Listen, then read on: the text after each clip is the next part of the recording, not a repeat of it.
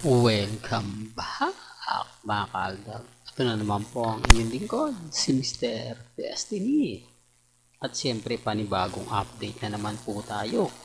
Maingay na naman po ngayon ang fandom ng Aldab Nation. Bakit ka mo? Pabor na naman po sa atin ang mga nangyayari at nagaganap po ngayon sa Instagram, sa Twitter, at siyempre sa Facebook. Mga kaaldab, umaani tayo ng maraming papuri, maraming mga komento na kung saan sinasabi nilang malakas pa rin po ang Aldab Nation. Hindi lang tayo magawang ibalita sa nila Christopher Min o Diaz dahil pinaninindigan nila yung sinabi nila. Alam niyo po ba kung sino po yung nagbabalita para sa kanila? Yung malalapit din po sa mga kaalyado o kadikit ni na Christopher Min at ni Ogie Diaz. Sinasabi ko lang po ito para lang po sa kaalaman ng lahat na talagang tayo po ang pinaka-topic at pinag-uusapan ngayon sa social media. Dahil nga po sa mga pinapakita natin, pinararamdam natin na malakas pa rin po tayo kung ikukumpara po sa mga Katden fans na puro editing na lang ang ginagawa. Wala na po sila makuha pa eh. Hindi na sila makakuha ng simpatya sa mga ilang netizen. Kasi dati-rati kapag nagpo-post sila, marami nagre-react, marami nagko-komento. Ngayon wala na. Halos halatang halata mo po na mga dami account na lang po talaga. Hindi po katulad natin na talagang buhay na buhay yung mga komento. Ang ibig kong sabihin buhay na buhay, talagang legit yung mga reaksyon, yung mga tao, hindi siya dami. Yan yung pagkakaiba kasi maraming sinasabi. Baka totoo naman talaga ang relasyon ni na Alden at ni Mengay. Baka talagang sila ginamit lang ni Congressman Arjo si Mengay para pansariling interes. Ginagamit nila Ibyang. Baka totoo yung sarswela. Kasi madalas nga po raw talaga sa Bulacan si Mengay. Speaking of Bulacan, ano ngayon ang masasabi ng mga ilang kritiko ni Mr. Destiny? Na tumutugma po yung sinasabi ko? Wala. Hindi po ba nasa na po yung matatapang at sinasabi nilang mas malapit sila kay Mengay? Yung mga nag-react sa akin, hindi, fake news yan. Wala si Mengay sa Bulacan. Kami nakakaalam kasi malapit kami sa pamilya Mendoza. Malapit kami kay Mengay. Lagi kaming nanonood ng Eat Bulaga. Bakit hindi sila makakuha ng update? Bakit sila nag-react pa? Sila po talaga yung walang alam. Kasi kung may alam po sila, una sa lahat, hindi sila magre-react na ganito. Hindi sila magre-react ng ganyan. Wala eh. Tapos ang nag-post naman po si Nikki. Si Colin. Doon pa lang basag na sila eh.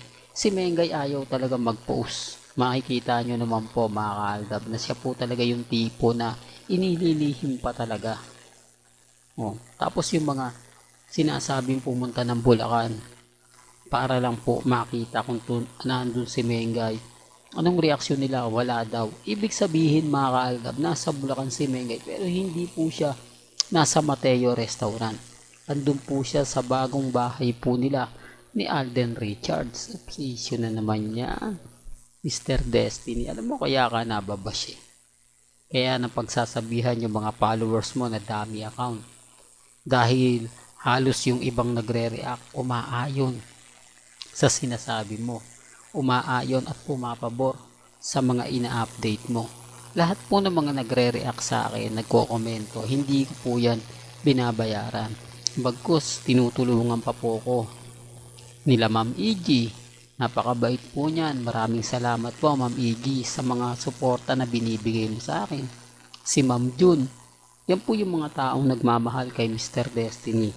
Sinusuportahan nila yung mga update natin at yung ibang Aldab Nation na rin po mga kaaldab. Sila po yung kumbaga tao na tumutulong po para po kay Mr. Destiny na kapag tayo'y wala, sila po yung nagbibigay ng maliit kumbaga isang bagay na talagang nakakatuwa po at nakakataba ng puso. Regalo na kumbaga ibinibigay po sa akin. Hindi po ako yung tipo na nagbabayad po sa kanila para lang po. Kasi sa totoo lang po mga kaaldab, napaka ano ng pinagdaanan natin. Di po ba? Kaya nga po hindi niyo po maiaalis na nawawala na po yung mga ibang vlogger. Dahil mga kaaldab, may kinikita po sa YouTube pero hindi na po ganun kalaki. Hindi na po siya kumbaga kapos na po siya. Yan po yung katotohanan para lang po sa kaalaman ng lahat. Hindi po ba? Kaya nga sabi nila, kung gusto mong dumami followers mo, ganyan po talaga. Kaya kita nyo, hindi ko may aalis sa mga ibang vlogger na nagpapalit. Di po ba? Para nga po mas malaki kitain nila. Sa akin, sapat na po ito.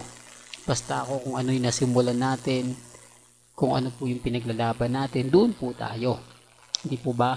Well, balik tayo sa topic natin mga kaaldab, si Mengay sa Bulacan. May likod bahay po talaga, maraming nagre-react. Yun nga po yung sinasabi ko, binayaran ko daw po yan. Wala po tayong binayaran kasi taga Bulacan po karamihan. Yung mga taong nagmamahal sa atin, nagbibigay ng update na sinasabi nilang dapat pinost nila yan sa social media account nila. Sa tingin mo mga kaaldab, paniniwalaan po ba sila kung wala mo po sila maipakitang ebidensya at resibo? Sa tingin mo po ba bababa pa si Mengay magpapapicture sa kanila?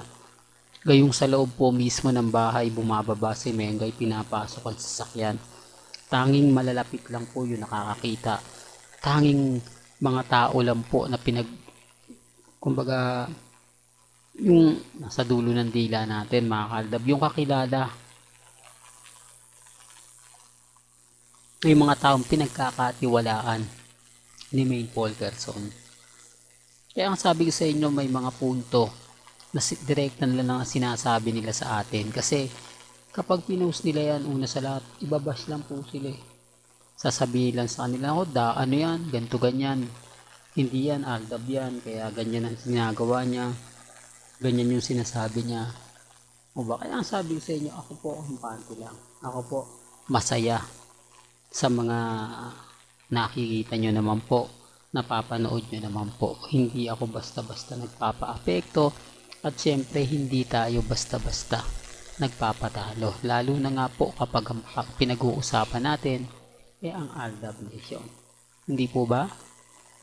Dito kaya mga ka-Aldab, kaya relax lang po, maging matatag, maging kampante. Hayaan nyo lang po yung mga taong kumbaga pilit tayong binabagsak, pilit tayong dinadown. Well, hanggang dito na lang po ang ating latest updates. Kaya kung gusto nyo pa po ng pinaka-latest at sariwang update, abay tumutok lang po kayo dito po sa channel ni Mr. Destiny para updated po kayo sa mga bago at sa mga latest may upload po natin maya maya lang. Hanggang sa muli, salamat po sa panonood at pakikinig.